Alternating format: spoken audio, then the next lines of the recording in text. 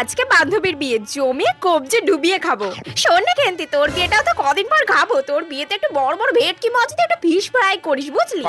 খালি লোকের বাড়ি খাওয়ার ধান্দা, কেন নিজের বাড়িতে খেতে পায় না নাকি? উফ, মাছের মাথা দিয়ে ডাল আর কাতলা মাছটা যে কি ভালো হয়েছে। এই কেন্তি শোন না, এই কাতলা মাছ খেতে খেতে মুখে চড়া পড়ে গেল। তোর বিয়েতে একটা ইলিশ মাছ করিস। হ্যাঁ কাকিমা, খেও। নিজে তো বাড়িতে পুঁটি মাছের ঝোল ছাড়া কিছুই খায় না, আবার আমার বিয়েতে নাকি ইলিশ মাছ খাবে। তোমাদেরকে নেমন্তন্নই করবো না, ইলিশ মাছ খাওয়া তো দূর। ঝাল ঝাল মাংসটা খুব টেস্টি হয়েছে, আর এক পিস নিতে হবে। এই কেন্তি, তোর বিয়ের বাজনাও তো বেজে গেল। তোর বিয়েতে কিন্তু খাসির মাংস খাওয়াস, মুরগি খেতে খেতে মুখে চড়া পড়ে গেল। আচ্ছা, নিজের ছেলের বিয়ে যখন হলো তখন তো আমাদের কপালে একটা নকল দানাও জোটেনি, আবার নাকি অনেকে খাসির মাংস খাওয়াতে হবে, যত সব। রসগোল্লাটা খুব ভালো খেতে, লাস্টে চাটনি পাপড় না হলে জমে নাকি?